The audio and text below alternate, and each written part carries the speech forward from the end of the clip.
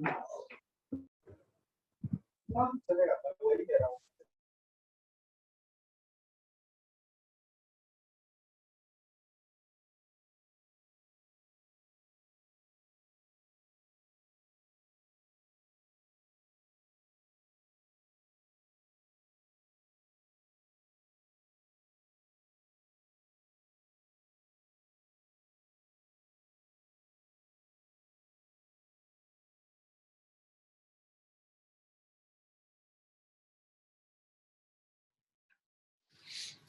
Hi everyone, good evening.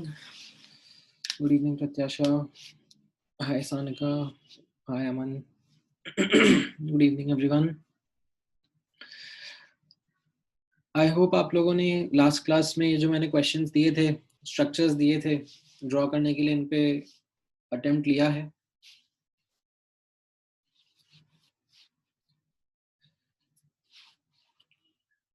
Good good.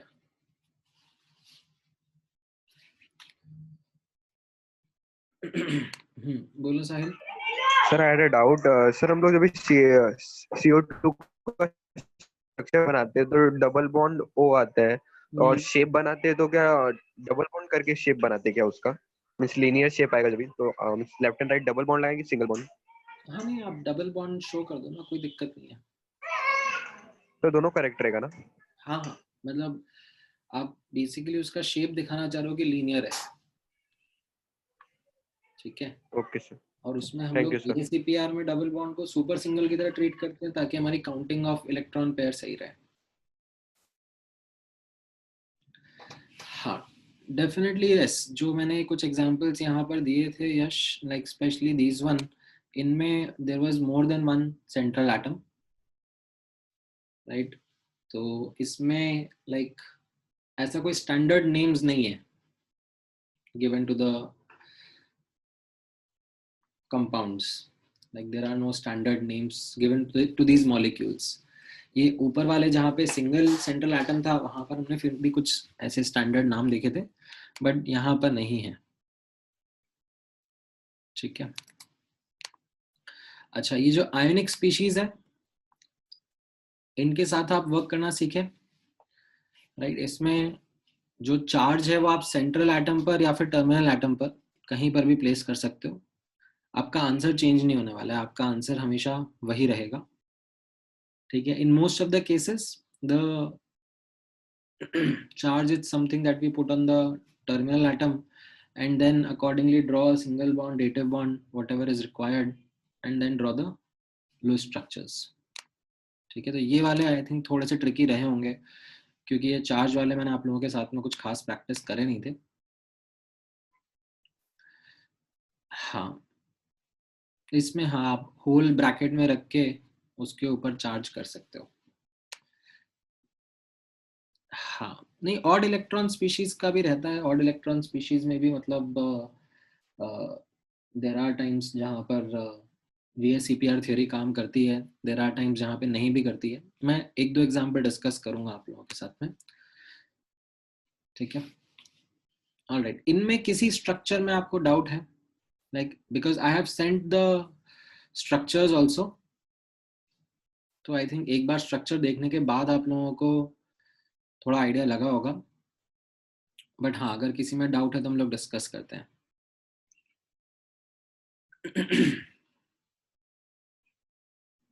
हाँ, जैसे कुशल पूछ रहा है HN3 के स्ट्रक्चर में, राइट. HN3 में और C2H6 में साहिल पूछ रहा है. ठीक है, राइट. तो इसमें राइट ये HN3 का स्ट्रक्चर देखो कैसा था. इसका पहले तो लो स्ट्रक्चर आपने बनाया, राइट. लो स्ट्रक्चर बनाने के बाद में वैसे तो मल्टीपल लो स्ट्रक्चर्स पॉसिबल है बिकॉज यहाँ पर what we had seen was there were multiple Lewis structures possible. Canonical forms कह रहे थे, एक्चुअल में तो हाइब्रिड एग्जिस्ट कर रहा था. तो यहाँ पर the learning was that take a canonical form.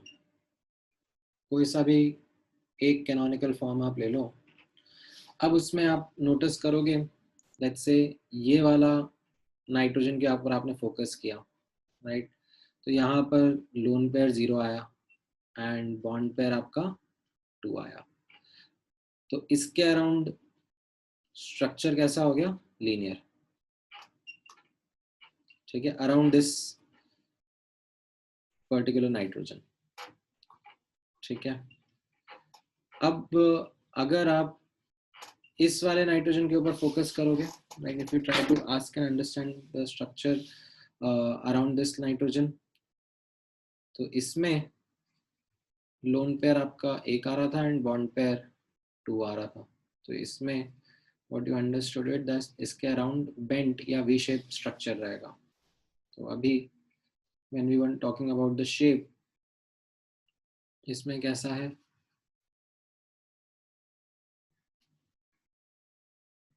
Right, this became the shape of the molecule, right? तो जैसे मैंने बताया, like it's a, you can say crowbar kind of structure। मतलब कोई standard name नहीं है, like whatever name you would want to put, that's okay, but this is the kind of structure that you come across।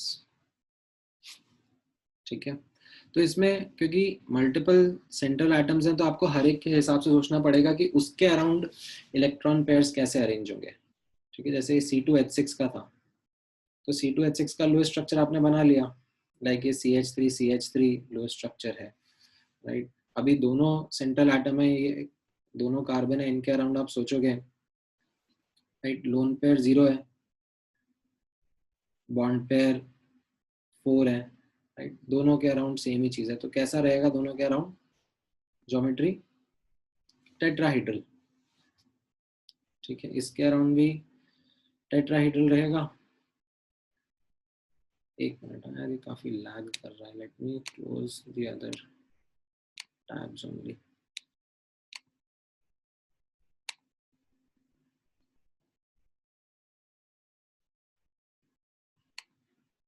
Give me one moment.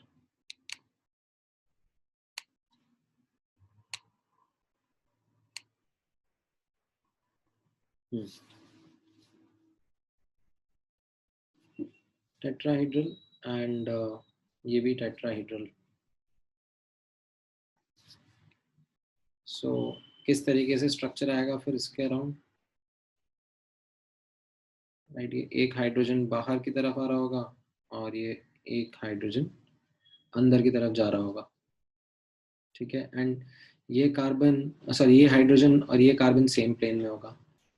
फिर मान लो कि ये भी same plane में हो गया। ठीक है, एंड फिर एक हाइड्रोजन बाहर की तरफ, राइट, और एक हाइड्रोजन अंदर की तरफ। मतलब थोड़ा सा विजुलाइज ही करना पड़ेगा।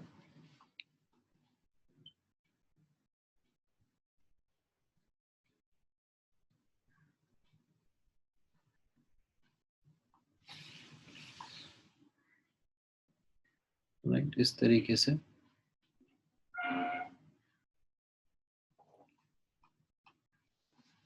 हाँ मतलब टेट्राहीड्रल कैसे हुआ, विजुअलाइजेशन समझ में नहीं आ रहा है, या फिर you are not able to understand the counting of bond pair and lone pair?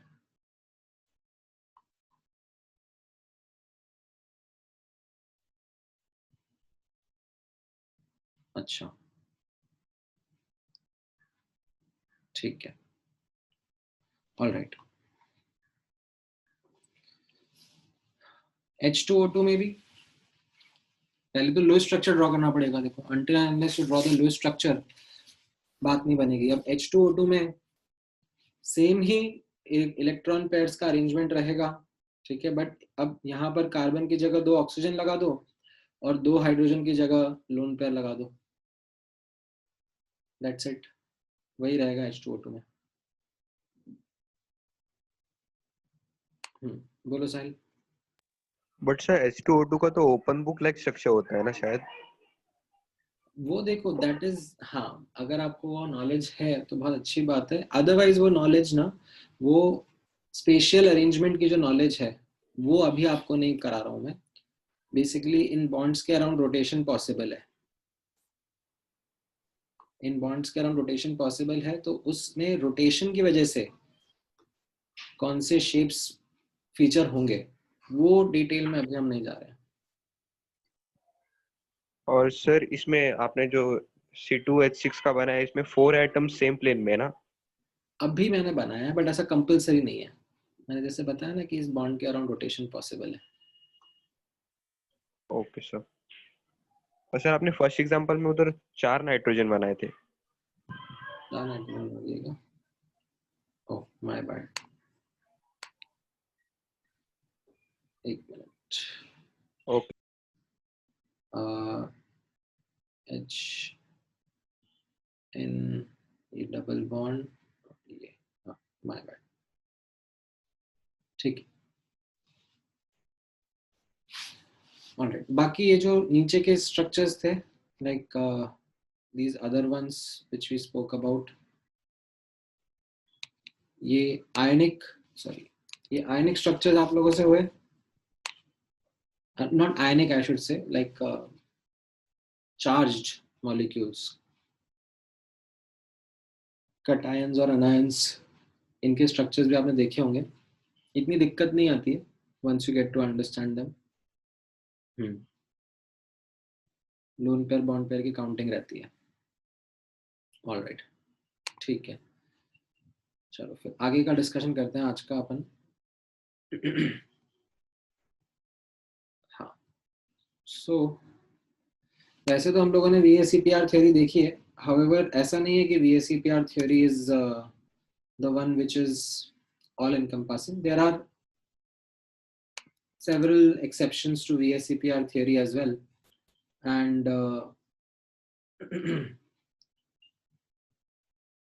इसमें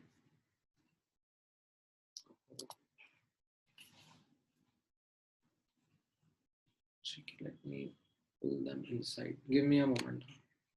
मैं एक बार अरेंज कर लेता हूँ वरना फिर बाद में प्रिंट आउट लेने में दिक्कत आती है।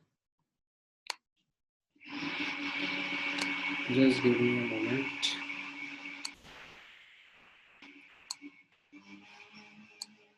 Let me just put them all together inside.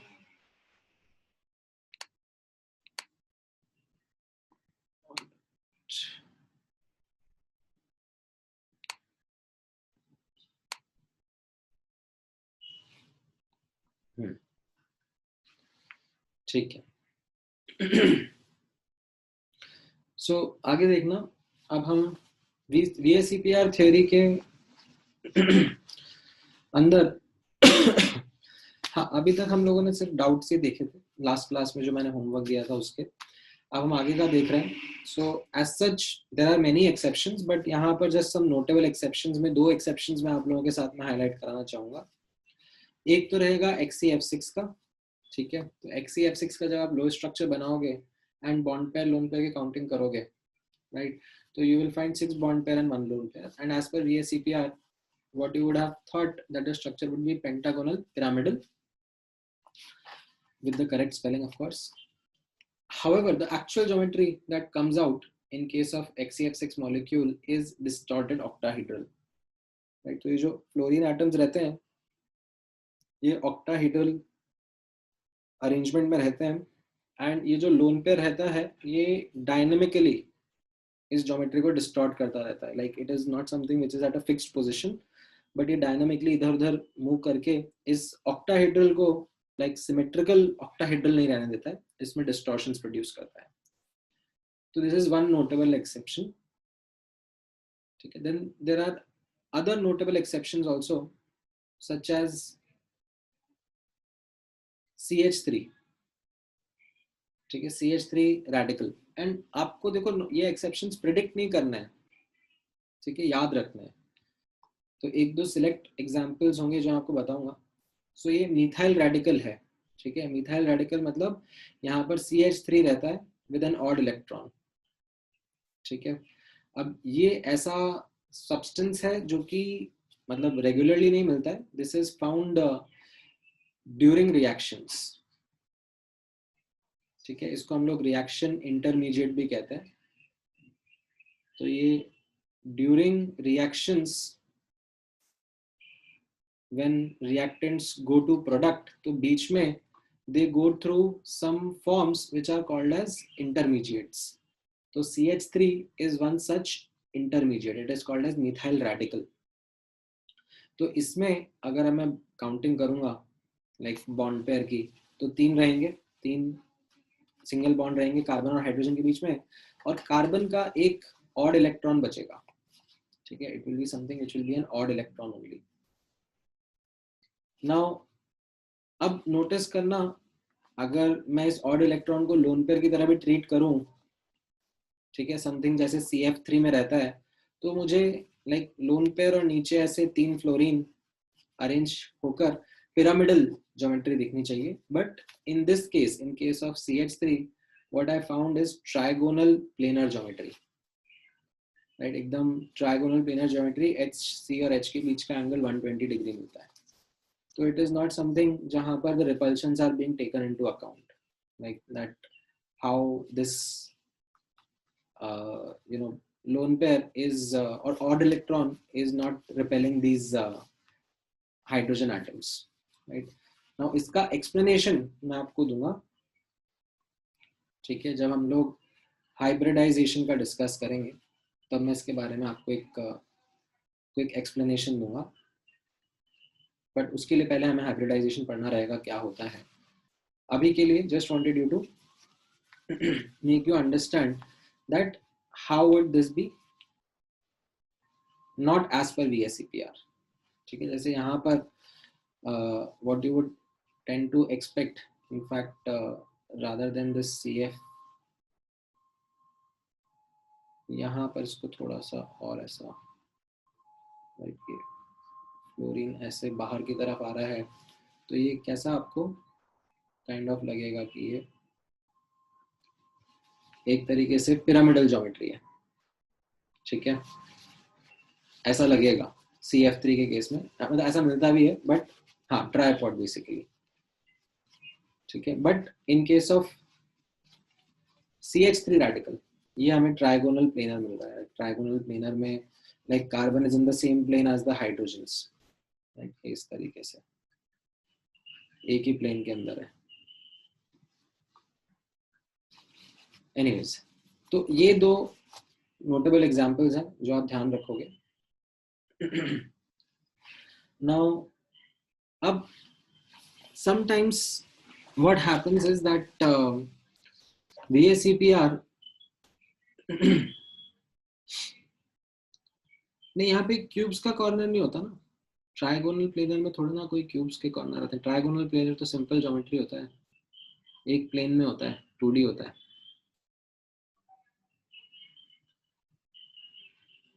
No, अब यहाँ पर आप नोटिस करना, sometimes VSEPR theory is used to compare certain examples also.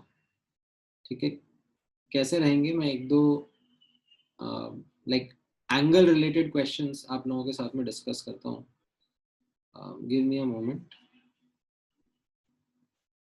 थोड़ी सी जगह बनाते हैं.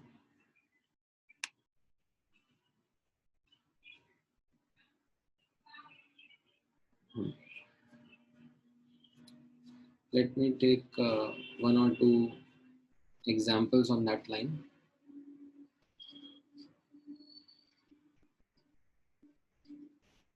Compare angle between, ठीक है, this is something which you would be able to conveniently come up to an answer using VSEPR theory only. ठीक है, last class में मैंने आप लोगों के सामने भेजे थे ये. सो NO2 plus NO2 and NO2 minus. Right, इसमें जो terminal atom, central atom and terminal atom के बीच में एंगल रहेगा, राइट, इसको हम लोग नाइट्रोनियम आयन बोलते हैं.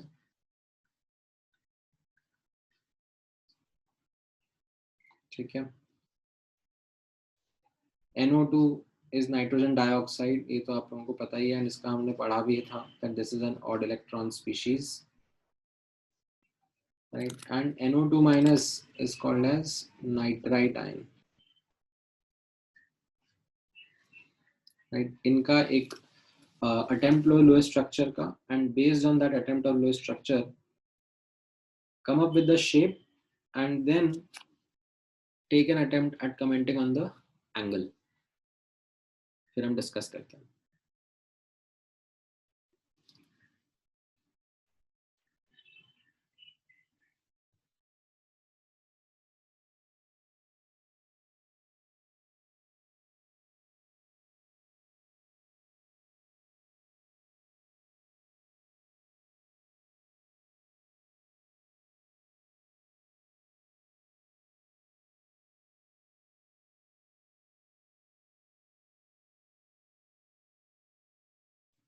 हाँ, ये जो चार्ज्ड मॉलिक्यूल्स या आयंस मैंने आपको दिए हैं, उसमें आपको चार्ज सेंट्रल एटम पे मानना है तो आप सेंट्रल एटम पे भी मान सकते हो, टर्मिनल एटम पे मानना है तो टर्मिनल एटम पे भी मान सकते हो. I don't mind. हाँ, क्या आंसर आ रहा है अमन?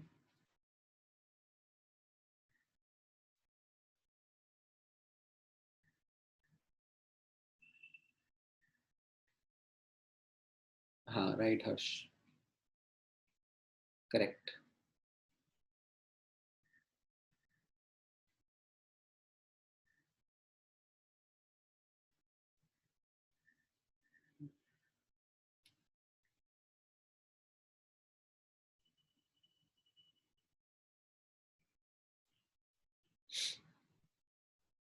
राइट, जैसे ये, हाँ, ये NO2 प्लस का करेक्ट एरो था.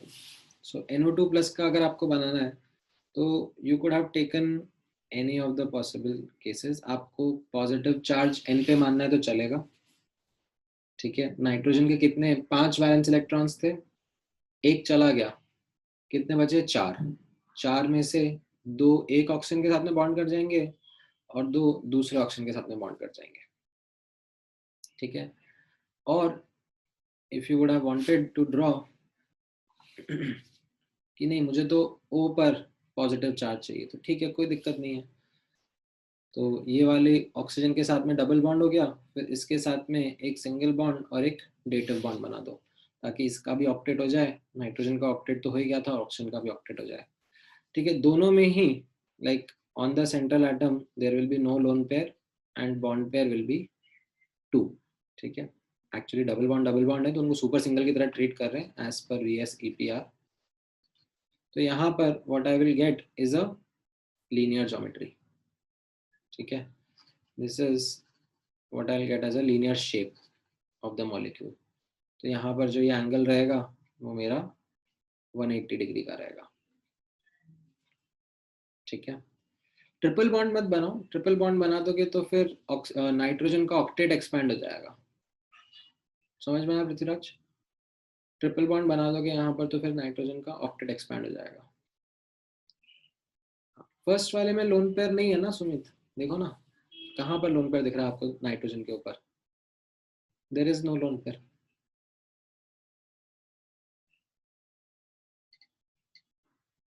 ठीक है. ऑलराइट, देन NO2 के बारे में आप लोगों को पता है. NO2 का स्ट्रक्चर कैसा रहता था? NO2 was an odd electron species. So nitrogen, ठीक है, oxygen, dative bond, double bond oxygen, and there will be one odd electron, ठीक है. इस तरीके से यहाँ पर ये NO2 का स्ट्रक्चर रहता था. एंड NO2 माइनस के केस में यहाँ पर ये O माइनस है तो इसके साथ में सिंगल बॉन्ड, इधर एक डबल बॉन्ड, एंड यहाँ पर there will be a proper lone pair, right. तो ये दोनों लाइक V शेप ज्योमेट्री रहेंगी, right. But if I ask you to comment on the angles, ठीक है, if I ask you to comment on the bond angles, इसको मैं अगर alpha और इसको अगर मैं बीटा बोलूंगा, राइट, तो which will face more repulsions, like which will be shrinking more, odd electron वाला कि lone pair वाला, right, lone pair वाला will be shrinking more. तो यहाँ से आपको आंसर मिल जाएगा that this angle will be lesser like you can say repulsions due to lone pair are more than due to odd electron. तो अब आपको डेटा याद नहीं रखना है, मैं जस्ट आपको एक टेंटेटिव आइडिया दे रहा हूँ, ठीक है। ये 135 डिग्री के अराउंड मिलता है और ये 115 डिग्री के अराउंड मिलता है,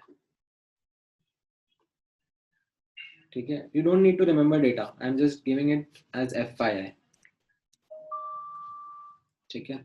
तो इस तरीके से आपके बॉन्ड एंगल्स प्रोसीड कर रहे हैं यहाँ पर, ठीक है। So you got an understanding of how VSEPR is explaining some such scenarios, ठीक है। चलो इसी की लर्निंग को अब एक और एग्जांपल में अप्लाई करते हैं।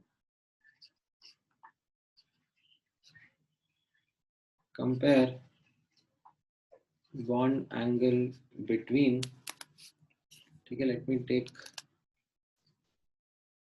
ClO2 plus ClO2 minus and ClO2, मतलब ठीक है, इसको बीच में लेते हैं, ClO2 and ClO2 minus।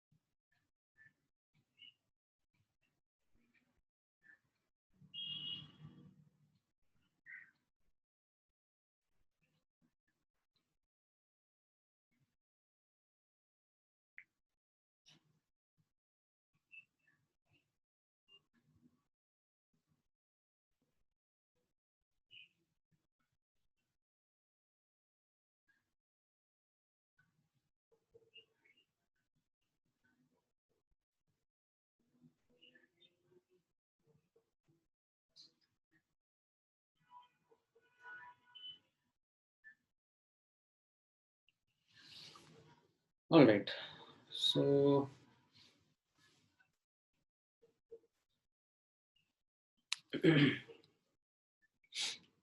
हाँ, देखो ना, आप काउंटिंग करो ना, कितना बॉन्ड पेयर कितना लोन पेयर आ रहा है, तभी तो आपको पता पड़ेगा।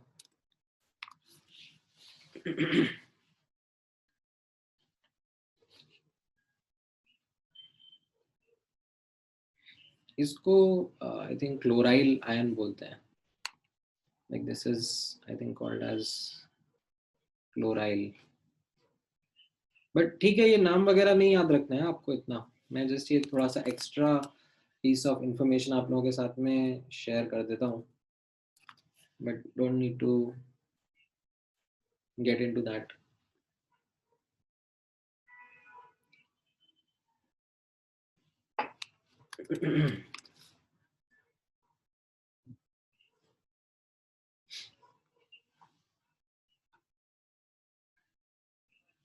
हाँ, this will be again an odd electron species. ये भी मैंने आपको बोला था कि ऑड इलेक्ट्रॉन को ध्यान में रखना। तीन एग्जांपल कराए थे मैंने आपको, NO, NO2 और ये ClO2।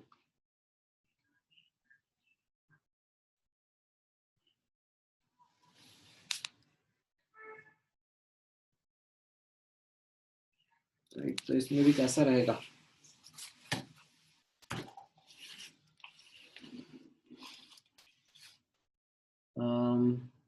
हाँ राइट तरुण, नहीं हर्ष, इस बार आपका गड़बड़ है। हाँ राइट ऋग्वेद, करेक्ट।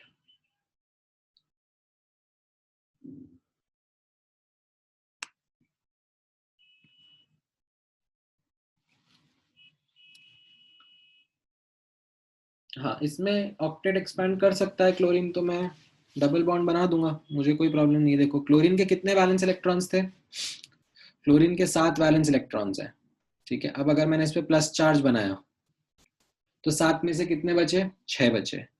6 में से 2 इस ऑक्सीजन के साथ में, 2 इस ऑक्सीजन के साथ में, और तब भी एक लोन पेयर तो बचेगा, राइट? तो ये मेरा ज्योमेट्री आ रहा है। ठीक है, ClO2 में नोटिस करो, ClO2 में कैसा है? सेम इसी तरीके से ऑक्सीजन प्रेजेंट है, पर एक लोन पेयर है और एक ऑड इलेक्ट्रॉन है ना? यहाँ पर एक ऑड इलेक्ट्रॉन भी प्रेजेंट है, एंड इन दिस केस यहाँ पर double bond O and O minus के साथ में सिंगल बॉन्ड, फिर यहाँ पर 2 लोन पेयर प्रेजेंट है।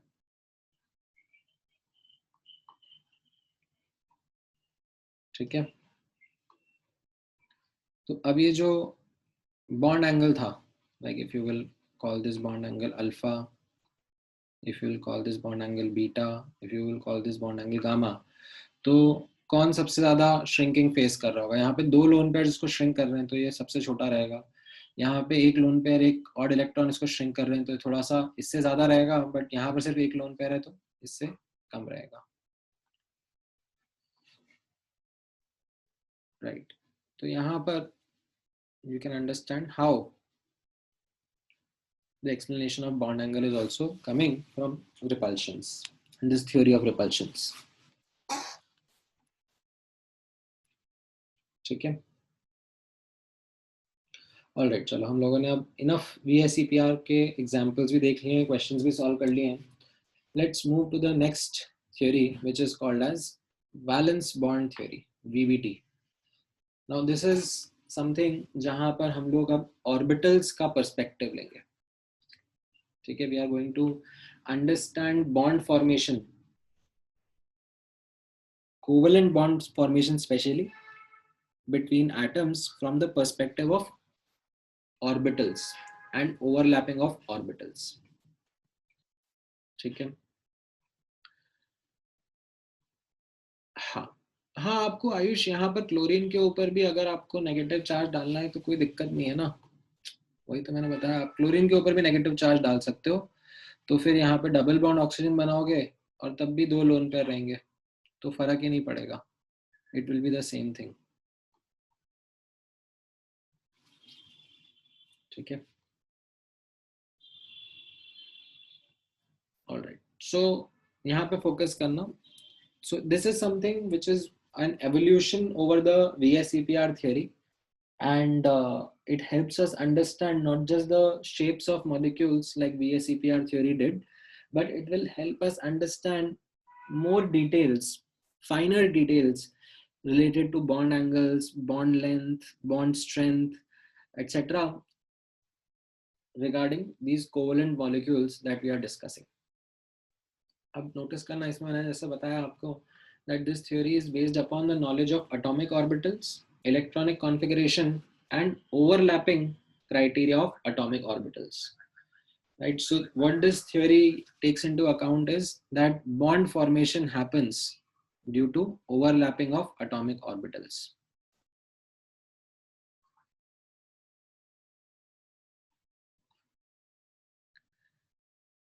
लाइक इलेक्ट्रॉन्स शेयर हो रहे हैं एटम और एटम के बीच में, तो वो शेयरिंग कैसे हो रही है? How is that sharing happening? So that sharing is happening when these orbitals overlap with each other। तो इसमें अब आपको एटॉमिक ऑर्बिटल्स के बारे में आइडिया है, SPDF ये तो आपने पढ़े ही हैं, इलेक्ट्रॉनिक कॉन्फ़िगरेशन भी आप लोगों को आता है, ये भी आपने एटॉमिक स्ट्रक्चर में पढ़ा है। आपने क्या नहीं पढ़ा है is overlapping of atomic orbitals, कि कैसे ओवरलैपिंग ऑफ एटॉमिक ऑर्बिटल्स हो रही है। ठीक है, तो अब what I will do is focus or help you understand how this overlapping of atomic orbitals is to be done। Now what I'm doing is, again right now notice करना that जब हम overlapping of atomic orbitals के बारे में बात करते हैं तो इसमें ठीक है, यहाँ पर मैंने इस चीज को इतना डिटेल में नहीं रखा है. When we are going to talk about overlapping of atomic orbitals, positive, negative and zero, like bonding, anti-bonding, non-bonding, ठीक है, depending upon how orbitals are overlapping, in 3 category में क्लासिफाई करता है. ठीक है, हाउएवर अभी इस वीबीटी में हम लोग सिर्फ बॉन्डिंग ओवरलैप्स के ऊपर फोकस कर लेंगे, जिनको हम पॉजिटिव ओवरलैप्स कहते हैं. Anti bonding and non bonding क्या होगा, अभी के लिए इन वर्ड्स को भूल जाओ. ठीक है, ये वर्ड्स अभी नहीं काम आएंगे. Anti bonding and non bonding are something which we will refer in another theory which is more evolved than valence bond theory, that is called as molecular orbital theory. We can't directly jump to molecular orbital theory, although it is the more accepted and more robust, more rigorous theory. We will not directly jump to that. We will follow the progression, how we did it in atomic structure. हम लोग पहले Bohr's model पढ़े, फिर उसके बाद quantum mechanical model पढ़े. तो इसी तरीके से हम लोग यहाँ पर पहले वैलेंस बॉन्ड थ्योरी पढ़ेंगे, वीबीटी पढ़ेंगे, उसके बेसिक्स समझेंगे और फिर हम लोग केपेबल हो पाएंगे मॉलिक्यूलर ऑर्बिटल थ्योरी समझने के लिए. ठीक है, हाँ बोलो. Hello sir. हाँ सर, ये जो हमने क्वांटम नंबर्स का सर जो सिस्टम हमने पढ़ा था एटॉमिक स्ट्रक्चर में, sir it was all based on assumption, no sir. We are not sure that sir where the electron is exactly. So sir ये ओवरलैपिंग वगैरह हम कैसे इतना सर्टेनली कह सकते हैं? हाँ, so okay, in fact what you can understand is that this experimental observation of bond formation helped us validate our understanding of quantum mechanical model. For example, जैसे let's say if I was to structure and discuss the structure of H2O with you, ठीक है, तो somehow you got the understanding that there is an octet rule. ठीक है, noble gases को देखकर आपको समझ में आया that elements try to acquire the doublet or octet configuration to become stable. And you understood that चलो ऑक्सीजन के 6 वैलेंस इलेक्ट्रॉन्स रहेंगे. ठीक है, हाइड्रोजन के पास में एक एक इलेक्ट्रॉन रहेगा. तो what will happen is that these atoms will share their electrons such that इनके doublet या फिर octet complete हो जाए, right? And this gave you an understanding कि ठीक है, इस तरीके से bond formation हो रही है. Right? You did not require an understanding of orbitals. You did not require an understanding of,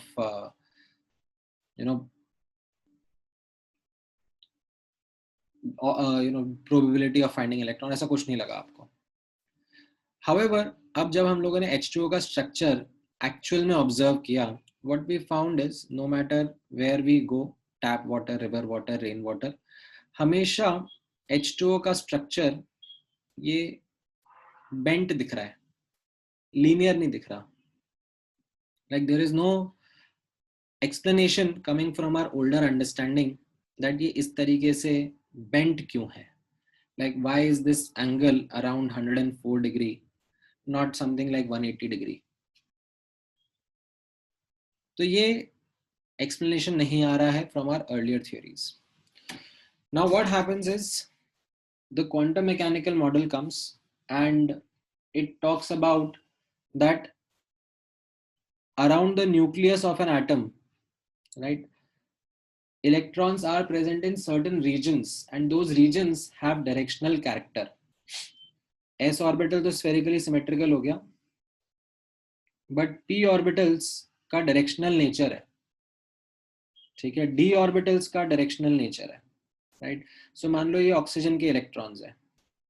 ठीक है, s ऑर्बिटल में 2 इलेक्ट्रॉन प्रेजेंट है, राइट? किसी एक p में 2 इलेक्ट्रॉन प्रेजेंट है, 2 p में सिंगल इलेक्ट्रॉन प्रेजेंट है. ठीक है, इस तरीके से ये इलेक्ट्रॉन्स प्रेजेंट है एंड अब ओवरलैपिंग होनी है, हाइड्रोजन आना है. तो हाइड्रोजन का इलेक्ट्रॉन किस तरीके से आ रहा होगा, हाइड्रोजन का इलेक्ट्रॉन अलोंग पर्टिकुलर डायरेक्शंस आएगा और ओवरलैप करेगा, ठीक है, तभी ये ज्योमेट्री एक्सप्लेन हो पाएगी कि why it is not something which is linear, why is there a bend, ठीक है, बिकॉज जब हाइड्रोजन का एटम आके ओवरलैप कर रहा है ऑक्सीजन के ये दो अनपेयर्ड इलेक्ट्रॉन के साथ में पेयरिंग कर रहा है हाइड्रोजन आके, तो अब समझ में आ रहा है ना दैट यहाँ पर अब मैं नोटिस करूंगा तो ये मुझे कुछ ऐसा बेंट शेप स्ट्रक्चर दिख रहा है, समझ में आया?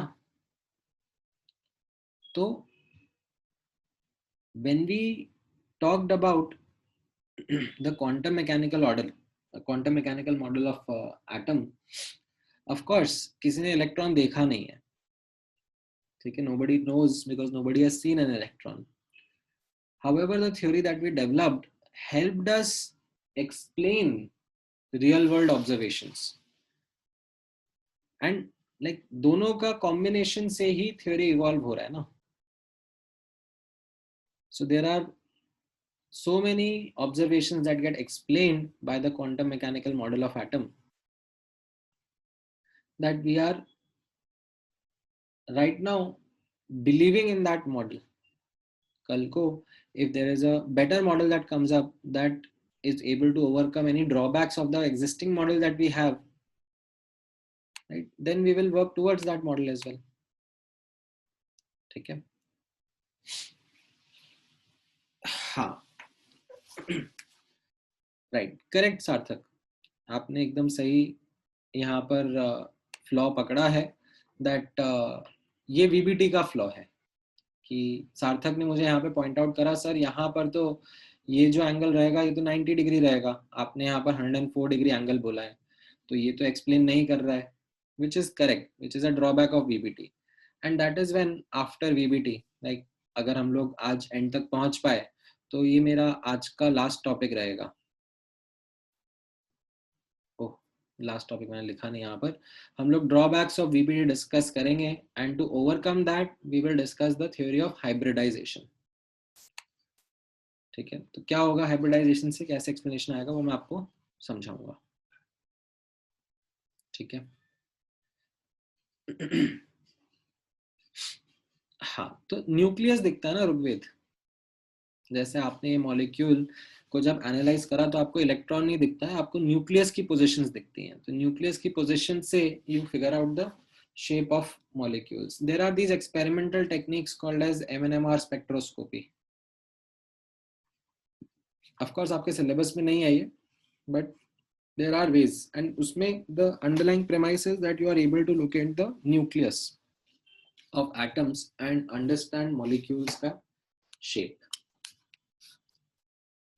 ठीक है. All right. Now coming back, जैसा मैंने आप लोगों को बोला, हम लोग अभी डिस्कस कर रहे थे valence bond theory, and valence bond theory में एसोसिएटेड न्यू अंडरस्टैंडिंग जो हमको डेवलप करनी है, which is overlapping of atomic orbitals. And जैसे मैंने आपको यहाँ पर बोला दैट हमारा focus in VBT will be on bonding overlaps, and primarily to start with मैं SNP ऑर्बिटल्स के ऊपर ही फोकस करूंगा. ऑल्दो मैं D ऑर्बिटल्स के बारे में भी आपको थोड़ा आइडिया दूंगा, ठीक है, but we will not be able to go into the details of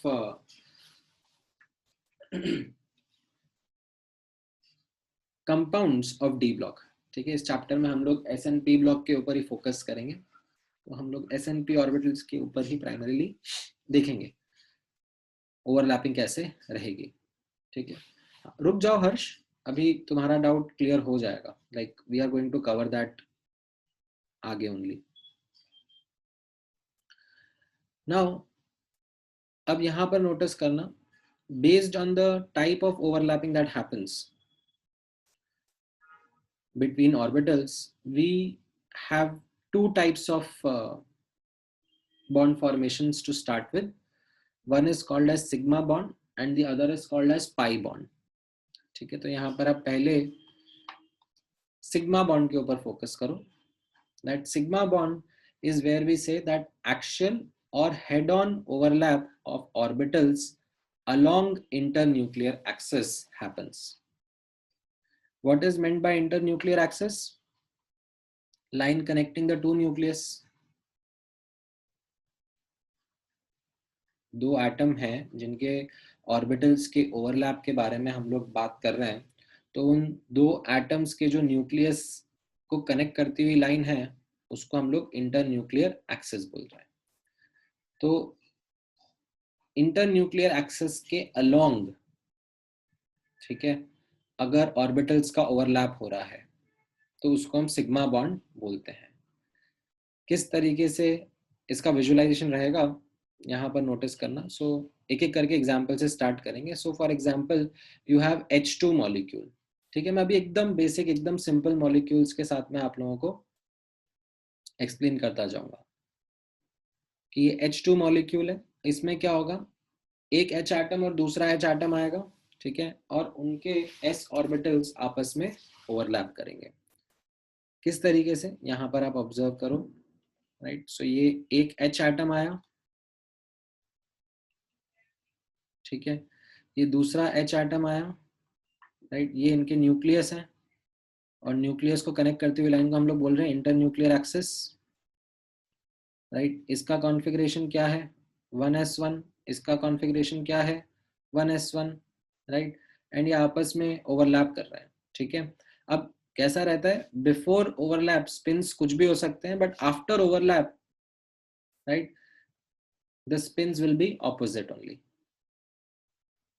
ठीक है, तो टिपिकली आप यहाँ पर ओवरलैप करने के पहले दो जो ऑर्बिटल्स ओवरलैप कर रहे हैं उनके इलेक्ट्रॉन्स को ऑपोजिट स्पिन में दिखा देते हो.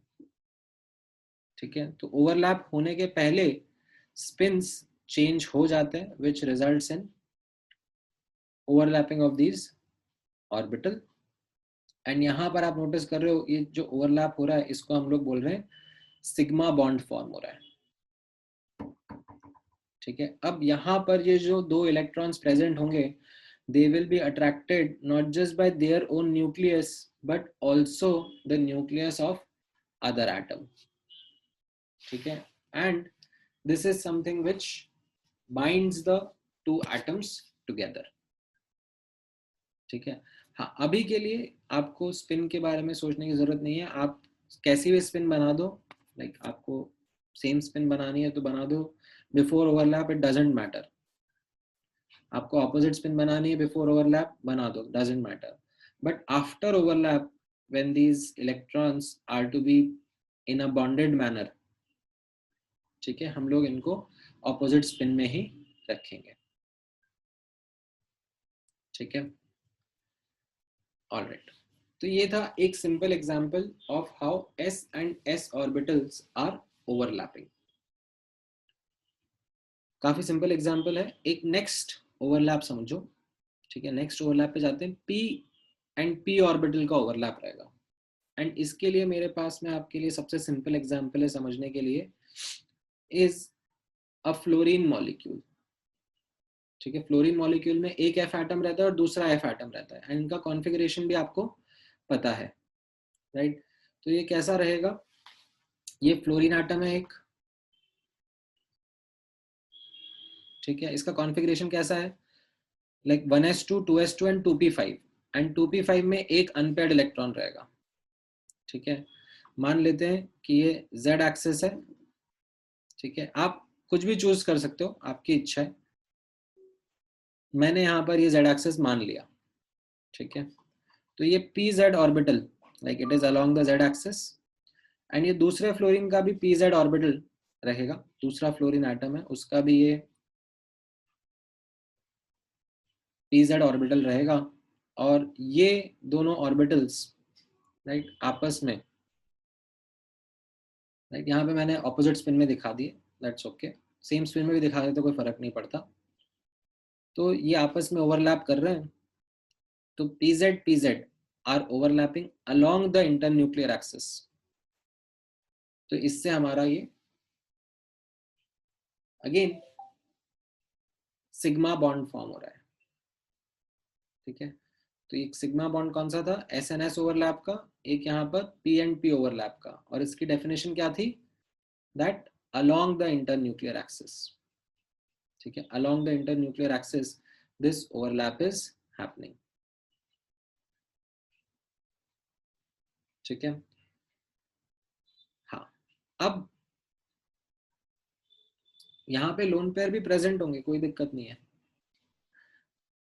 जैसे ये फ्लोरीन है, ठीक है, इसके लोन पेयर प्रेजेंट होंगे, राइट, यहाँ पे मैं ऐसे रफ में ड्रॉ कर देता हूँ, ये लोन पेयर प्रेजेंट होंगे, राइट, ये दूसरा फ्लोरीन एटम है, उसके भी लोन पेयर प्रेजेंट होंगे, ठीक है।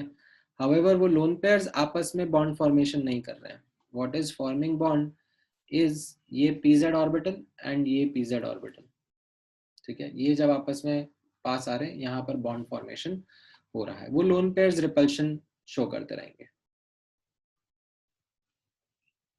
ठीक है। तो this is something which is called as a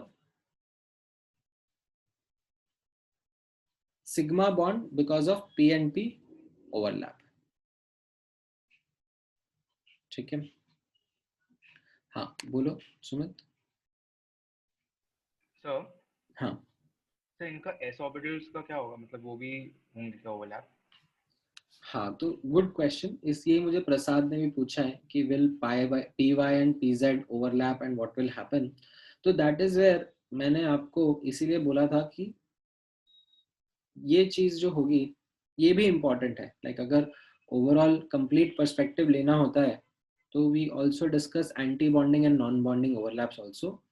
however एक साथ तीनों समझना ना बहुत ही कॉन्वोल्यूटेड हो जाता है, specially for the first timer. तो जो आपने बोला कि हाँ एस और एस का क्या होगा यहाँ पर, वैसे तो ये दोनों एस फुलफिल्ड रहेंगे यहाँ पर, ठीक है, तो उनका overlap is something which will put in the non bonding category, ठीक है। पी वाई और पी जेड का क्या होगा यहाँ पर, again will put it in the non bonding category. यहाँ पर जो फुल्ली फिल्ड ऑर्बिटल्स रहेंगे वो तो आपस में एक दूसरे को रिपेल करते रहेंगे।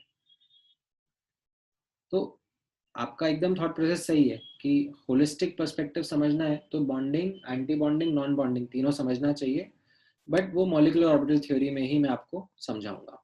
अभी I will not go into all the three in detail, एक साथ टू मच हो जाएगा अभी, इसीलिए I am just going to restrict myself to the bonding overlaps, the ones which are leading to bond formation, जिनकी वजह से molecule बन पा रहा है, ठीक है। तो ये आपका सिग्मा बॉन्ड के बारे में बताया मैंने, क्या डेफिनेशन था, एक्शन और head on overlap of orbitals along internuclear axis. This is one type of overlap. अच्छा now, अच्छा इसी में S और P का भी ओवरलैप हो सकता है, ऐसा नहीं है कि S का S के साथ में ही होगा, P का P के ही साथ में होगा, S एंड P का भी ओवरलैप हो सकता है। सो यहाँ पर the third example will be HF का मॉलिक्यूल, इसमें हाइड्रोजन एटम का S ऑर्बिटल फ्लोरीन एटम के P ऑर्बिटल के साथ में हेड ऑन ओवरलैप कर रहा है, which is what we are going to again lead to or see as sigma bond formation, right? Maybe you are able to now visualize it by yourself कि कैसा दिखेगा S और P का overlap। तो यहाँ पर let's look into this, that how it is happening. So S and P overlap, यहाँ पर HF का एक S ऑर्बिटल है एंड यहाँ पर हाइड्रोजन का एक S ऑर्बिटल है, और P का अगेन यहाँ पर से मैंने ये z एक्सिस, मेरी जनरल प्रेफरेंस z एक्सिस को इंटरन्यूक्लियर एक्सिस करने की रहेगी, तो यहाँ पर I again took the pz orbital ताकि ये along the nucleus along the internuclear axis में आपको शो कर पाऊँ ओवरलैप कैसा रहेगा। तो ये एक s ऑर्बिटल, ये एक p ऑर्बिटल, एंड इनका ओवरलैप हो रहा है along the internuclear axis, which is resulting in again a sigma bond formation. So this is between s and p orbital, ठीक है। ऑलराइट, सो आप लोगों को ये सिग्मा बॉन्ड समझ में आए कैसे हैं? इसमें किसी को कोई डाउट है? SS overlap, PP overlap and SP overlaps. ठीक है, अब next overlap समझना, which is called as pi overlap or called as pi bond. This is also called as, इसके अलग अलग नाम रहते हैं, lateral या फिर sideways overlap भी बोलते हैं. And इसको ऐसा क्यों बोलते हैं, you will understand in a minute once I show you the visualization. So notice this second overlap between p and p orbitals. इसका सबसे सिंपल एग्जांपल रहेगा आपका O2 का मॉलिक्यूल. ठीक है, O2 के मॉलिक्यूल में आप नोटिस करना हाउ दिस लैटरल और sideways overlapping which is perpendicular to the internuclear axis is going to look like. ठीक है, ये नोट पे मैं बाद में आऊंगा, पहले आप यहाँ पर P and P ओवरलैप के ऊपर फोकस करो. So O2 में if you remember the configuration, ठीक है, यहाँ पर ये एक ऑक्सीजन एटम है और ये दूसरा ऑक्सीजन एटम है, एंड इनका configuration if you remember was 1s2 2s2 and 2p4. यहाँ पर दूसरा ऑक्सीजन है, उसका भी 1s2 2s2 and 2p4 है. तो अब आप O2 में जब बॉन्ड फॉर्मेशन हो रहा होगा तो आप नोटिस करोगे अगेन ये z एक्सिस मेरा इंटरन्यूक्लियर एक्सिस है. ठीक है, तो इसमें जो ये pz रहेगा, ठीक है, वो तो सिग्मा बॉन्ड फॉर्म कर रहा होगा. ठीक है, मैंने यहाँ पे pz को शो नहीं करा है बिकॉज सिग्मा ओवरलैप्स तो मैं आपको पहले ही दिखा चुका हूँ. तो यहाँ पर ये एक तो सिग्मा बॉन्ड फॉर्म हो जाएगा because of the overlapping of the pz orbitals. ठीक है, but what I am trying to show here, मेरा जो फोकस है आप लोगों को दिखाने का वो है, let's say if this is x axis. ठीक है, ये वर्टिकल एक्सिस को मैं x एक्सिस बोल रहा हूँ एंड ये हॉरिजॉन्टल एक्सिस को मैं z एक्सिस बोल रहा हूँ. सो राइट नाउ ये जो वर्टिकल ऑर्बिटल है मेरा, ये कौन सा है, इसके लिए मुझे ब्लू इंक यूज करनी चाहिए, ये मेरा py ऑर्बिटल है. ठीक है, तो ये ऑक्सीजन का सॉरी px ऑर्बिटल, py नहीं, इसका ये px एंड इसका ये px. ठीक है, ये आपस में जब ओवरलैप कर रहे हैं तो मेरा, ठीक है, इनको पास आना पड़ेगा. ठीक है, इनके बीच में लैटरल ओवरलैप होगा. ठीक है, किस तरीके से दिखेगा, लाइक ऑल्दो मैंने ये पास लाके दिखाया है आपको, ठीक है, to show you the overlap, but ये जनरली दूर दूर रहेंगे एटॉमिक ऑर्बिटल्स. ठीक है, as compare to sigma overlaps, and that is the reason you can also understand that ये जो पाई ओवरलैप्स रहते हैं they are weaker than the sigma overlaps. ये मैं एक नोट आपको करके बताऊंगा एंड में जब हम लोग बात करेंगे, दैट ये जो पाई ओवरलैप रहेगा, अब ऑल्दो इतना पास पास नहीं आ रहे न्यूक्लियस, ये तो मैंने जस्ट रिप्रेजेंट करने के लिए बता दिया कि न्यूक्लियस को इतना पास लाकर आपको एक पाई ओवरलैप दिखा दिए to show you actual overlap, but it is not happening in this manner, right? What is happening is that nucleus are coming closer, sigma overlaps ज़्यादा strong हो रहे हैं, like ये जो black orbitals मैंने यहाँ पे show करे हैं pz और pz के, right? इनके बीच में sigma overlap रहेगा, but ये जो blue orbitals मैंने यहाँ पे show करे इनके बीच में relatively weaker overlap रहेगा, but रहेगा.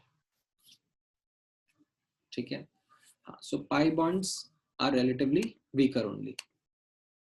तो हाँ, बोलो सुनो. तो जिसमें एक्चुअल बॉन्ड रहेगा वो जब ओवरलैप रहेगा तो लाइक डिस्टेंस बहुत रहेगा ना, जो px ऑर्बिटल्स रहेंगे इनके बीच में, मतलब ओवरलैप कैसे करेगा वो?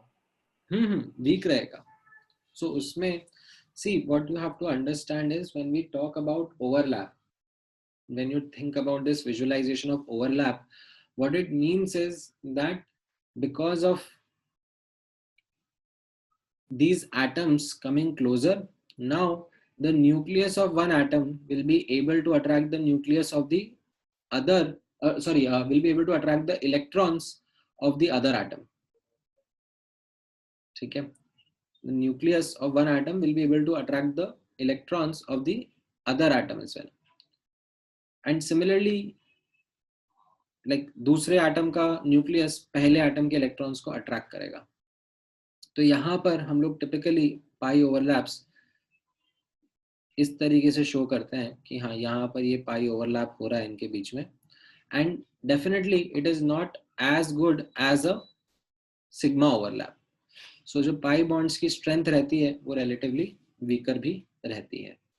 वो डिटेल में आपको और दूंगा आगे जब हम बॉन्ड स्ट्रेंथ की वैल्यूज के बारे में डिस्कस कर रहे होंगे, ठीक है। तो यहाँ पर अगेन ये जो मेरे हाफ फिल्ड इलेक्ट्रॉन्स थे, ठीक है, px px के, वो पाई बॉन्ड बना लिए। जो pz के हाफ फिल्ड इलेक्ट्रॉन्स थे in both the oxygen atoms, वो सिग्मा बॉन्ड बना लेंगे, ठीक है। रहा सवाल ये py के, यहाँ पर भी फुल्ली फिल्ड py है, यहाँ पर भी फुल्ली फिल्ड py है, उनका ओवरलैप हम लोग बोलेंगे नॉन बॉन्डिंग रहेगा because of the fact that उनके इलेक्ट्रॉन्स फुल्ली फिल्ड है, ठीक है।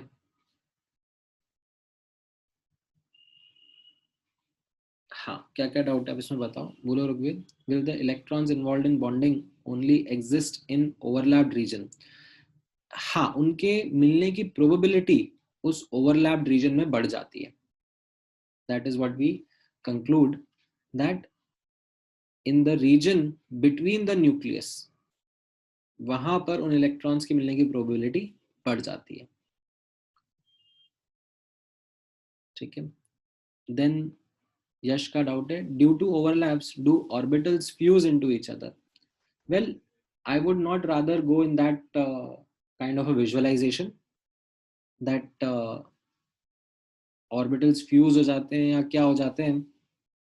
एक्चुअली में ऑर्बिटल्स का शेप क्या हो जाता है after overlaps is something which I will be covering in molecular orbital theory, ठीक है। अभी के लिए वो कॉम्प्लेक्सिटी में मैं नहीं जाना चाह रहा हूँ बिकॉज टू बी ऑनेस्ट जब ये ओवरलैप होता है, ठीक है, मैं अभी बता नहीं रहा हूँ डिटेल में जाके, क्योंकि ये थोड़ा सा जब हम लोग प्रोबेबिलिटी के पर्सपेक्टिव से समझते हैं, ठीक है, तो ज़्यादा अच्छा समझ में आता है। ये कुछ इस तरीके का मॉलिक्यूलर ऑर्बिटल बन जाता है, ठीक है। ये एटॉमिक ऑर्बिटल था, ये एटॉमिक ऑर्बिटल है, एंड बाद में what we will talk about कि ये मॉलिक्यूलर ऑर्बिटल बन जाता है।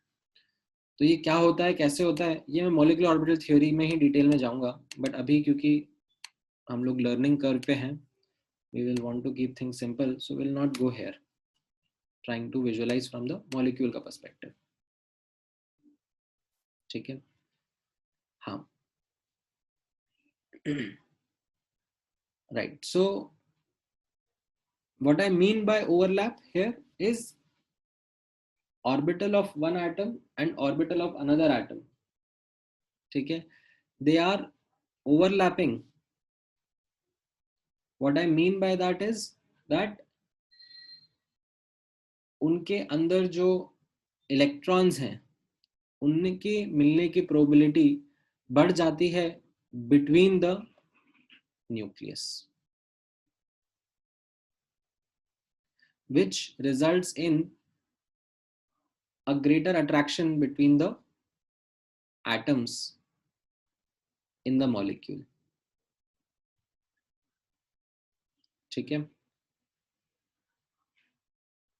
नाउ हाँ, अब आपके दिमाग में डेफिनेटली ये सब डाउट्स आ रहे हैं। ये थोड़ी देर पहले हर्ष यही डाउट किसी ने और ने भी पूछा था कि px और pz क्यों सिग्मा बॉन्ड नहीं बना रहे हैं या उनका ओवरलैप कैसा रहेगा। उनका overlap will be as I said in the non bonding category, ठीक है। Right now I am making you only see a certain perspective or a part of valence bond theory in which we are only looking or only focusing at overlaps which result in bond formation, ठीक है। तो यहाँ पर मैंने आपको s और s orbital का sigma bond बनते हुए बताया, p और p ऑर्बिटल का सिग्मा बॉन्ड बनते हुए बताया, ठीक है, s और p ऑर्बिटल के बीच में भी सिग्मा बॉन्ड बनते हुए बताया, ठीक है। एंड फिर लैटरल ओवरलैप में मैंने p और p ओवरलैप के बीच में बॉन्ड बनते हुए दिखाया, ठीक है। Something like this,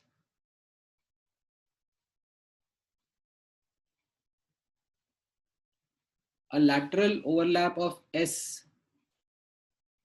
is not something which is again resulting in bond formation.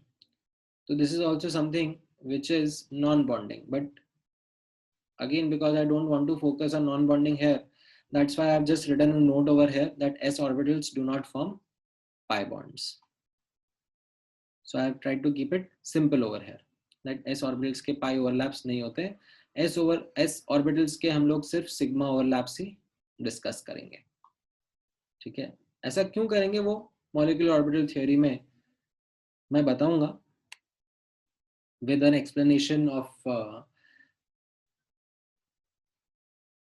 constructive and destructive interference, but अभी के लिए I will keep it relatively easier for everyone, that we are only focusing right now on bonding overlaps in VBT, ठीक है। तो ये मैंने आपको एक ऑक्सीजन का एग्जांपल दिया जिसमें you can see this lateral overlap happening in the molecule between px and px orbitals resulting in a pi bond, ठीक है, lateral और sideways overlapping resulting in a pi bond formation, ठीक है। all right.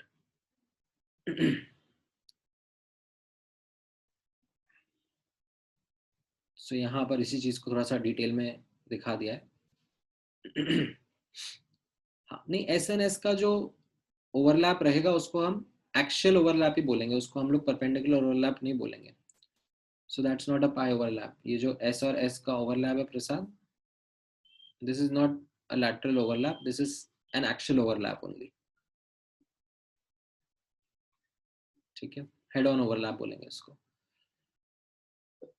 अब इसमें ऐसा क्यों दिख रहा है, because S is spherically symmetrical, तो इसमें आपको लाइक एक्शियल और लैटरल के बीच में अंतर नहीं समझ में आएगा, तो हम लोग उसको बोलेंगे एक्शियल ओवरलैप ओनली। नाउ तो ये O2 का बॉन्ड फॉर्मेशन मैंने आपको बताया कि PZ के बीच में, right, you can think of ये इसका PZ और PZ ऑर्बिटल था, ये आपस में क्या कर रहा है, यहाँ पर सिग्मा बॉन्ड का फॉर्मेशन कर रहा है, ठीक है। एंड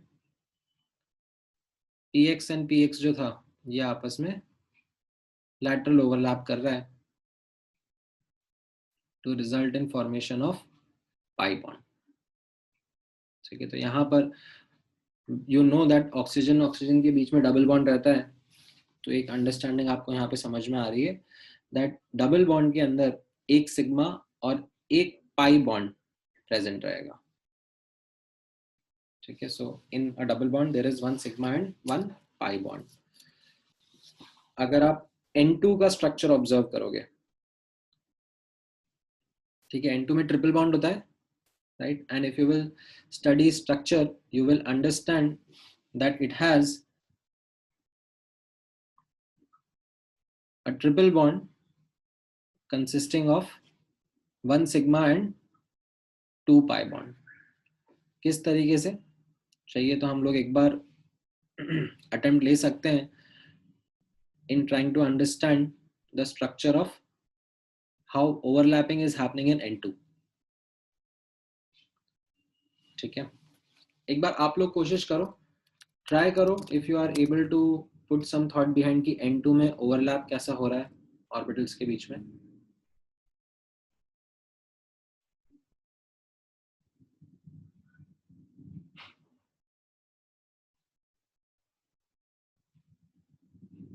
फिर मैं भी आप लोगों के साथ में शेयर करूंगा।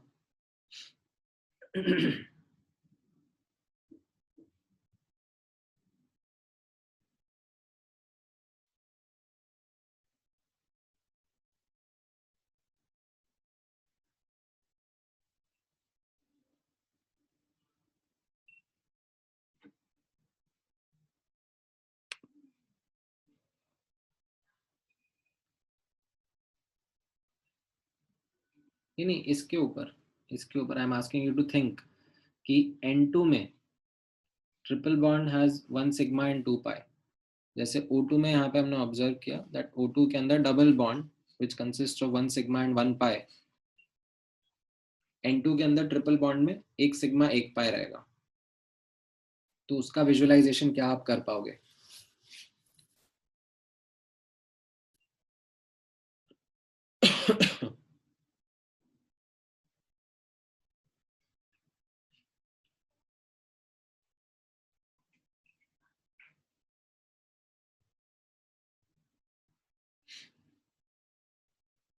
All right, so if you have taken an attempt, then let me help you with the structure.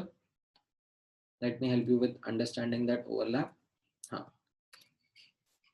all right. तो ये उसका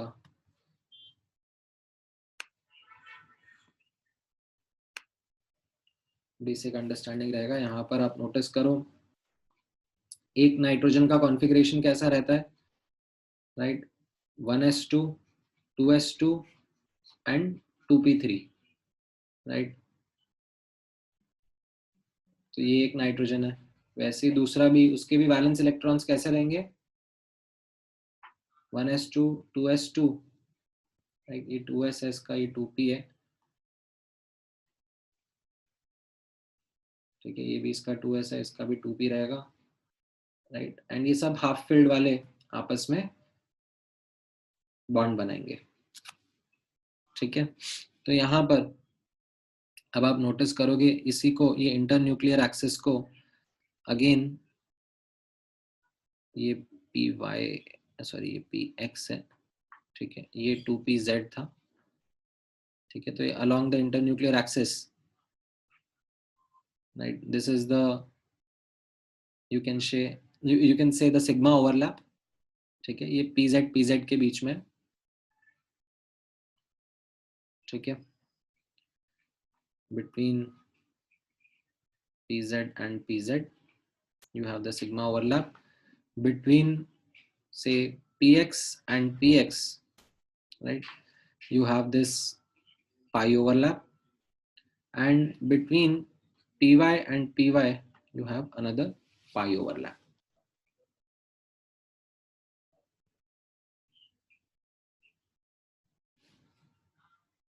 ठीक है? नहीं, आपकी चॉइस है, आपको चाहिए तो आप x के भी अलोंग कर सकते हो, z y के भी अलोंग कर सकते हो, सिग्मा ओवरलैप। ये जस्ट प्रेफरेंस है मेरा कि मैं z को ही इंटरन्यूक्लियर एक्सिस ट्रीट कर रहा हूँ। In most of the standard text books z को ही इंटरन्यूक्लियर एक्सिस ट्रीट करा जाता है।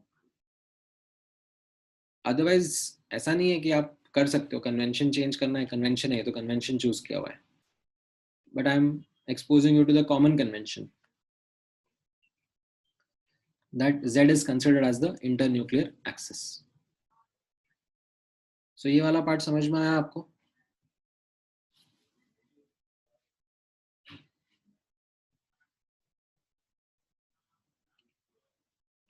All right, and hence these statements which I wanted you to read also, that a single bond when we are talking about, that will be a sigma bond only,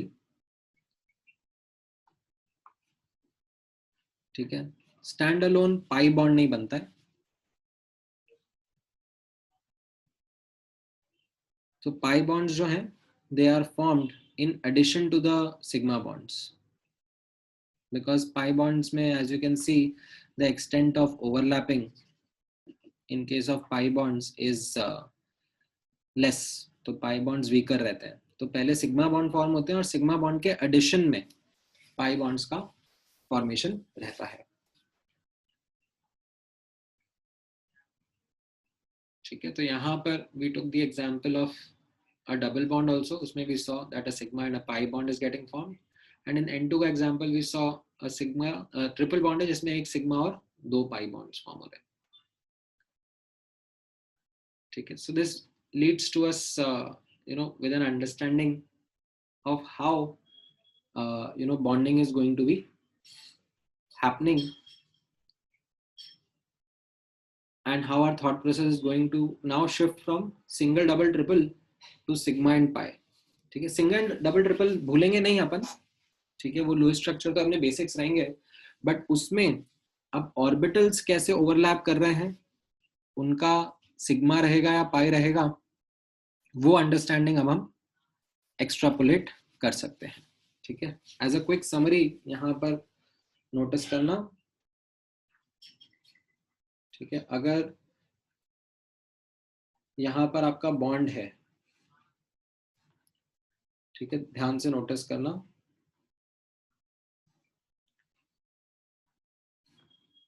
single bond है तो उसमें एक sigma no पाई, double bond है तो उसमें एक sigma एक पाई, triple bond है तो उसमें एक सिग्मा दो पाई। ठीक है, अच्छा, डेटिव रहेगा तो क्या, what will be called dative?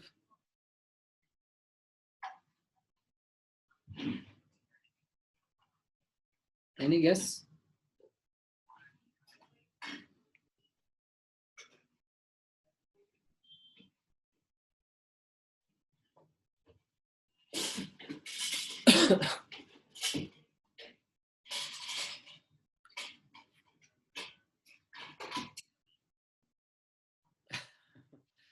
hybrid of sigma and pi. I like that answer.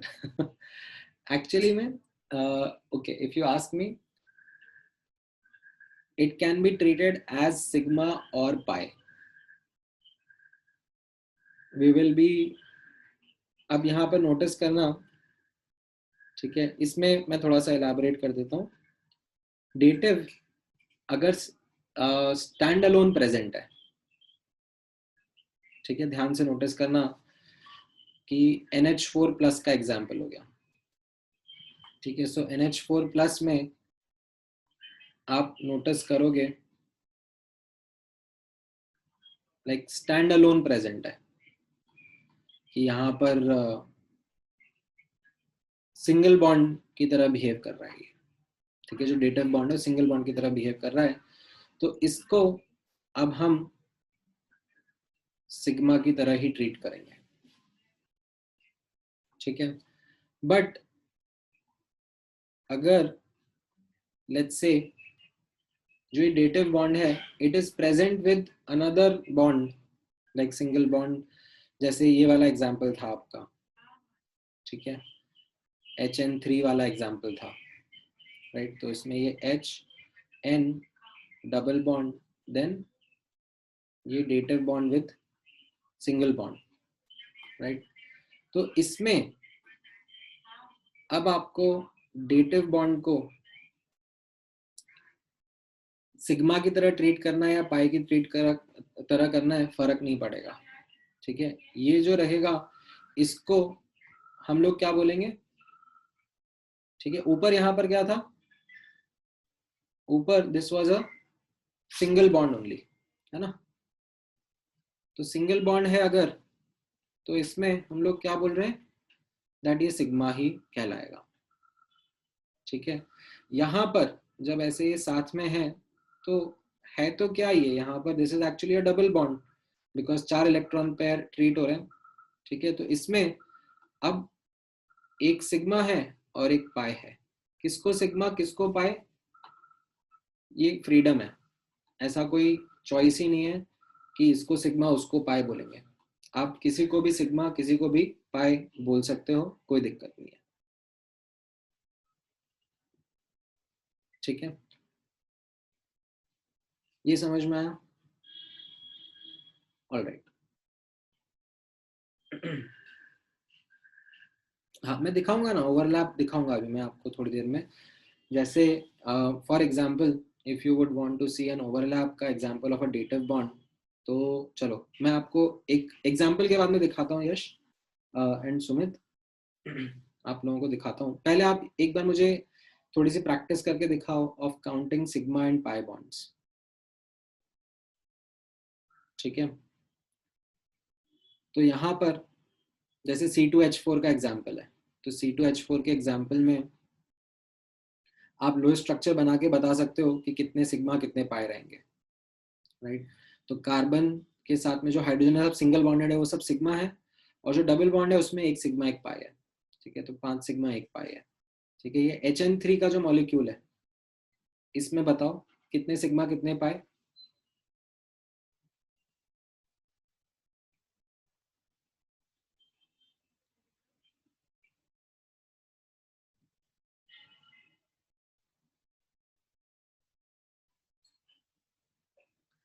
Right प्रसाद, हाँ दिख रहा है आप लोगों को, यहाँ पे मैंने स्ट्रक्चर भी बना रखा है इसका, 3 सिग्मा एंड 2 पाई है, करेक्ट।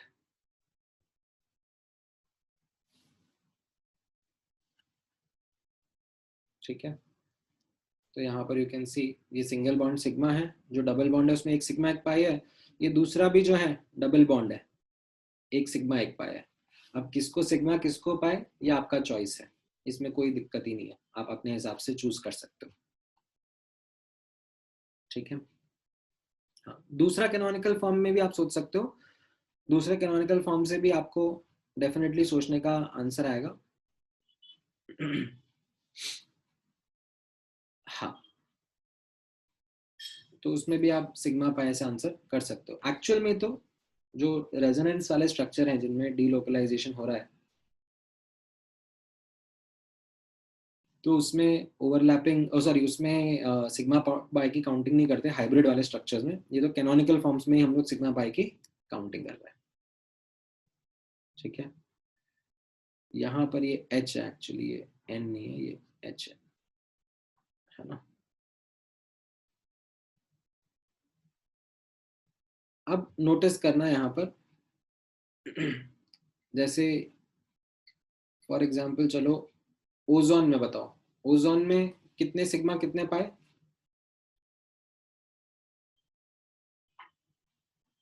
ओजोन के मॉलिक्यूल में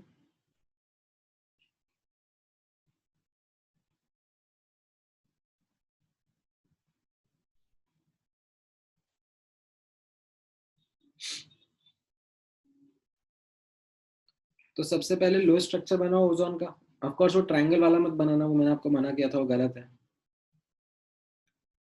राइट। तो ओजोन में कितना हो जाएगा? 2 सिग्मा और 1 पाई,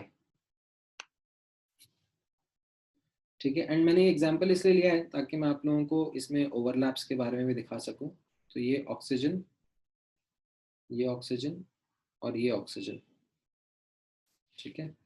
इसमें अब आप नोटिस करोगे किस तरीके से ओवरलैप्स रहते हैं, राइट। इसमें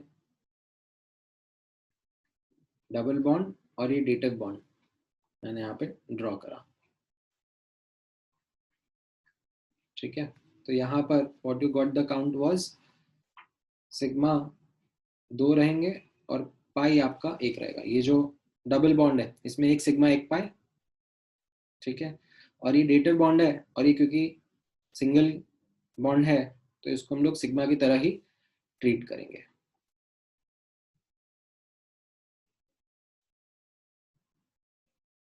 ठीक है।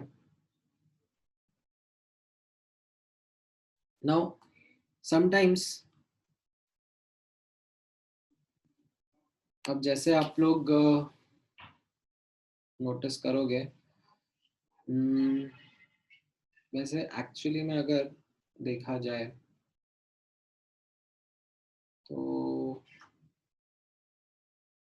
यहाँ पर मैं आपको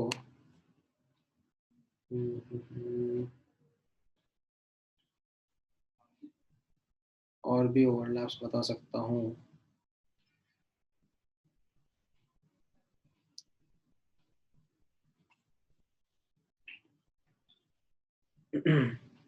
हाँ, रेजोनेटिंग स्ट्रक्चर बनाएंगे तो राइट, इसमें वही मैं भी वही सोच रहा हूँ, बिकॉज इसमें अगर हम रेजोनेंस का ड्रॉ करेंगे तो डीलोकलाइजेशन में we will have to take the pi overlaps, but canonical form में हम लोग इसमें एक्चुअली में एक सिग्मा एक पाई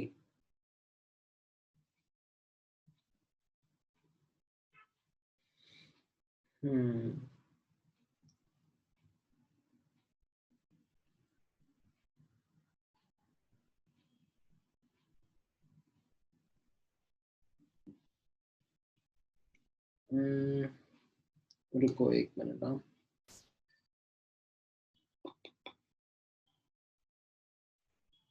इसमें कैनोनिकल फॉर्म में तो फिर मैं इसका sp2 हाइब्रिड ही लूंगा और फिर ये ट्राइगोनल प्लेनर ही माना जाएगा कैनोनिकल फॉर्म में। हाँ, कैनोनिकल फॉर्म में तो मुझे इसमें इसको सिग्मा की तरह ही ट्रीट करना पड़ेगा एंड हाइब्रिड स्ट्रक्चर जब बनेगा तो उसमें हम लोग पाई ओवरलैप्स लेंगे।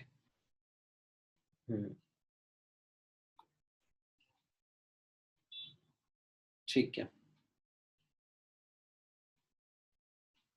जब हम लोग बट मैं आपको एक्चुअली अभी वो रेजोनेंस वाला पार्ट बताना नहीं चाह रहा हूँ, मतलब ये बाद में है नोट्स में, बट एक्चुअली ठीक है, ये वाला एग्जाम्पल फिर आपके लिए दिक्कत ही देगा। ये वाला एग्जाम्पल को रहने दो, ये वाला एग्जाम्पल में आपको रेजोनेंस के साथ में समझाता हूँ मैं।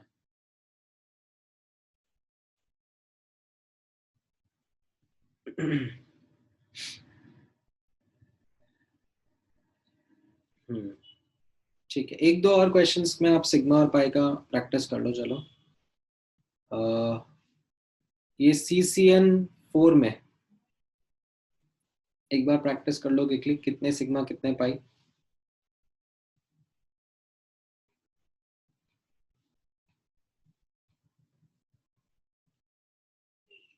CCN4 का लोएस्ट स्ट्रक्चर ड्रॉ करने की कोशिश करो। इंस्टेड ऑफ 4 हाइड्रोजन से मीथेन होता था, तो मीथेन में instead of 4 hydrogen what you have is 4 CN groups. तो उसका लोएस्ट स्ट्रक्चर आप ड्रॉ करो एंड फिर उसमें take account of sigma and pi.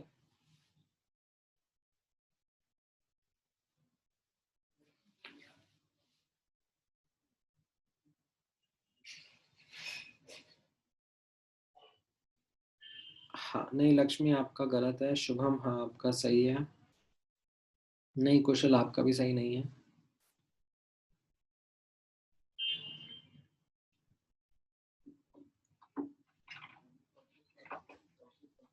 हाँ तो C और N के बीच में ये बॉन्ड रहेगा ना, देखो कैसा आ रहा है ये इसका लो स्ट्रक्चर।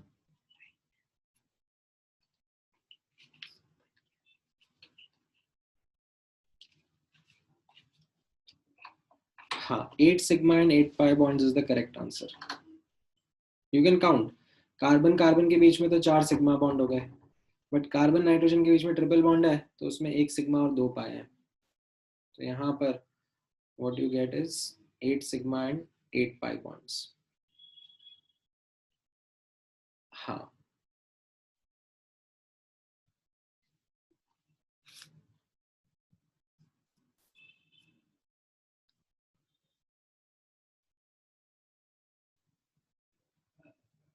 ठीक है। हाँ 2 pi bonds in each CN group. ठीक है, चलो नेक्स्ट क्लास में फिर यहीं से कंटिन्यू करते हैं सिग्मा और पाई बॉन्ड्स की अंडरस्टैंडिंग के ऊपर ही, फिर मैं आपको हाइब्रिडाइजेशन का कॉन्सेप्ट भी समझाऊंगा। ठीक है, हाँ होमवर्क भी मैं आपको ग्रुप पे ही भेज देता हूँ, I will send it over the group only and वो जो कवर अप है स्टूडेंट्स का उसके बारे में I will send a message across. ठीक है, हाँ हाँ ग्रुप पे I will send it on the group only. Gaseous state का मैं ग्रुप पे एक्सप्लेन करता हूँ, I will be sharing links with you to watch and accordingly हम लोग फिर होमवर्क करेंगे।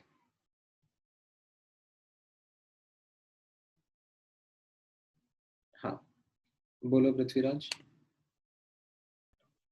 सर एक्चुअली सर यूडियोमेट्री के बाद ना सर सर बाकी के सब्जेक्ट्स का भी सिलेबस इतना भाग रहा था सर, एमटी के था ऐसा, यूडियोमेट्री के बाद गैसियस स्टेट कुछ नहीं हुआ है सर। और अभी फिलहाल सर मैं मतलब जो अभी करंट सिलेबस चल रहा है उस पे फोकस कर रहा हूँ सर, मेरा गैसियस स्टेट का बैकलॉग वैसे ही पड़ा है। ठीक है, तो सर क्या मतलब सर अभी क्या बॉन्डिंग होने तक वेट करूँ या नहीं किसी? मतलब देखो, आपका करंट टॉपिक तो नंबर 1 प्रायोरिटी रहेगा, ठीक है, without fail you should understand that, और current topic is your first priority. अब जैसे गैसियस स्टेट का आपका बैकलॉग रह गया है, राइट, तो उस बैकलॉग वाले पार्ट को, वैसे तो मैंने आपको बोला था कि अभी जब आपका एमटी के बाद वाला वीक चल रहा था तो उसमें you should have covered up on that backlog, क्या क्या उसमें प्रॉब्लम्स है, क्या क्या डाउट्स हैं, उन सबको आपको सॉर्ट करना चाहिए। अब लेकिन आपने एमटी के बाद वाले वीक का क्या करा यूज? सर मैं मैथ्स का और जो फिजिक्स के मेरा बहुत बचा था सर, फिजिक्स का सबसे ज्यादा बचा था। हाँ, तो आपका प्रॉब्लम देखो यही रहेगा, अगर आप सिर्फ और सिर्फ यही सोचोगे कि मेरा टेस्ट आने वाला है तो मैं टेस्ट के लिए फोकस करूं, और आपने वही करा होगा, मतलब जब टॉपिक वाइज टेस्ट आ रहे होंगे तो टॉपिक वाइज टेस्ट्स में like you would have given up on everything that was going on in classes, and you were like कि टॉपिक वाइज टेस्ट आ रहा है संडे को, तो आप थर्सडे फ्राइडे सैटरडे से बैठ जाते हो कि उसकी टेस्ट की प्रिपरेशन करने में। No sir but I did this for MT sir. But MT के लिए तो लाइक ऐसा है ही नहीं ना कि यूडियोमेट्री वाले पार्ट के बाद वाला पार्ट, मतलब एमटी के आप मान लो यूडियोमेट्री वाज 3-4 वीक्स बिफोर ये एमटी। सर हाँ सर, तो वो तैयारी करते करते सर उतना पार्ट सर मैंने नहीं किया, मैं बोल रहा था मैंने नहीं किया। हाँ, तो अब आपके पास में ऑप्शन यही है ना कि आपको उसके बाद के अब लेक्चर्स देखने पड़ेंगे, जो रिकॉर्डेड लेक्चर्स हैं आप उनको देखो, और उनको देखने के बाद में डिस्कस करो उसमें से क्या चीज़ें समझ में आई, क्या नहीं आई, कुछ डाउट्स रह गए, कुछ क्वेश्चंस नहीं सॉल्व करे, तो वो सब तो पढ़ने ही पड़ेंगे ना। अब आपको वो एफर्ट तो आपको पैरेलल में करना पड़ेगा, एंड आपको अगले एमटी की डेट मिल गई है, मिड जनवरी में है, तो आप उसी हिसाब से अपनी प्लानिंग करोगे। You wouldn't wait for this topic to get completed before the next MT, yes sir. right? Yes. हाँ, बोलो साहिल। सर कैसे स्टेट चालू होगा तो सर हम लोग ऐसा मतलब जैसे बॉन्ड करें वैसे ही कंटिन्यूअसली मतलब स्लो स्लो सीखेंगे कि आप कवरिंग लेक्चर्स मतलब वीडियो लेक्चर्स भेज के वो सब करोगे? हाँ, कवरिंग लेक्चर्स में आप लोगों के साथ में मैं पुराने जो रिकॉर्डिंग्स है वो शेयर करूँगा, एंड उसी का मैं वही प्लान बना रहा था दैट अभी आपके पास में 6 वीक रहेंगे before the next MT, right, तो हर एक वीक में एक टारगेट रहेगा कि इतने लेक्चर्स आपको देखने हैं और उतने क्वेश्चंस आपको करने हैं from the booklet, and then when we will have the live Zoom sessions, in those sessions we will then discuss doubts, conceptual as well as numerical, क्योंकि अभी लाइक उस स्पीड पे, जिस स्पीड पे पहले गैसियस स्टेट कराया गया है, उसी स्पीड पे अगर मैं कराऊंगा तो फिर अपना सिलेबस हो नहीं पाएगा, गैसियस स्टेट का आपका कवर अप ही नहीं हो पाएगा, क्योंकि आपका ऑलरेडी केमिस्ट्री में 2 चैप्टर्स चल रहे हैं, एक बॉन्डिंग का चल रहा है और एक ऑर्गेनिक का चल रहा है, यस सर। तो आपको हाँ थोड़ा एक्स्ट्रा एफर्ट अब डालने की जरूरत रहेगी so as to cover up the gaseous state का चैप्टर। Okay sir. ठीक है, ऑलराइट, ठीक है, चलो, thank you guys, take care, we meet in the next class.